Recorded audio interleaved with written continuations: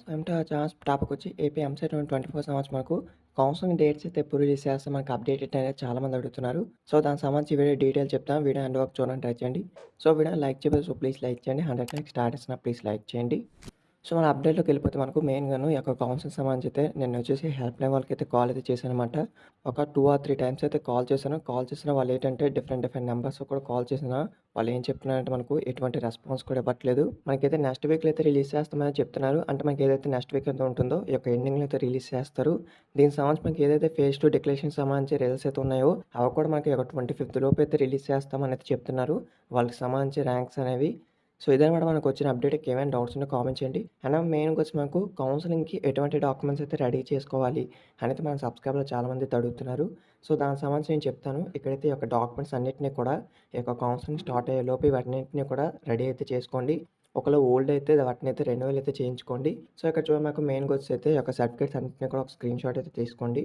So ఇక్కడ చూడండి మనకు ఏపీ ఎంసెట్ సంబంధించి మీ యొక్క ర్యాంక్ కార్డ్ అయితే తీసుకువెళ్ళాలి.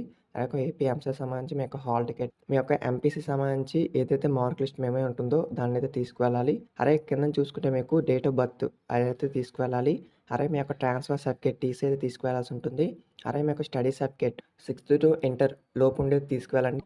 అలాగే నెక్స్ట్ వచ్చి ఈడబ్ల్యూఎస్ సర్టిఫికేట్ అయితే తీసుకెళ్ళాలి. సో ఎవరైతే మనకు ఓసీ క్యాస్ట్ వాళ్ళు ఉంటారో వాళ్ళైతే ఈడబ్ల్యూఎస్ సర్టిఫికేట్ అయితే ఉంటుంది వాళ్ళకి. వాళ్ళైతే ఈడబ్ల్యూఎస్ సర్టిఫికేట్ అయితే తీసుకువెళ్ళాల్సి ఉంటుంది. Preceding 7 years of qualifying examination అనేది ఉంటుంది కదా! సో వాళ్ళకైతే ఉంటుందన్నమాట. ప్రైవేట్ క్యాండిడేట్స్ ఉంటారు కదా! సో వాళ్ళకైతే ఉంటుంది రెసిడెన్స్ సర్టిఫికేట్ అనేది. సో దాన్ని కూడా తీసుకువెళ్ళాల్సి ఉంటుంది. అలాగే మనకు నాన్ లోకల్ క్యాండిడేట్స్ ఉంటారు కదా! వాళ్ళైతే మనకు ఆంధ్రప్రదేశ్ రెసిడెన్సీ సర్టిఫికేట్ అయితే ఉంటుంది వాళ్ళకి. వాళ్ళైతే అది తీసుకురావాల్సి ఉంటుంది. తర్వాత మనకు ఇంటిగ్రేటెడ్ కమ్యూనిటీ సర్టిఫికేట్ అనేది ఉంటుంది మనకు. బీసీ, ఎస్సీ, ఎస్టీ క్యాస్ట్ వాళ్ళకైతే ఉంటుంది కదా!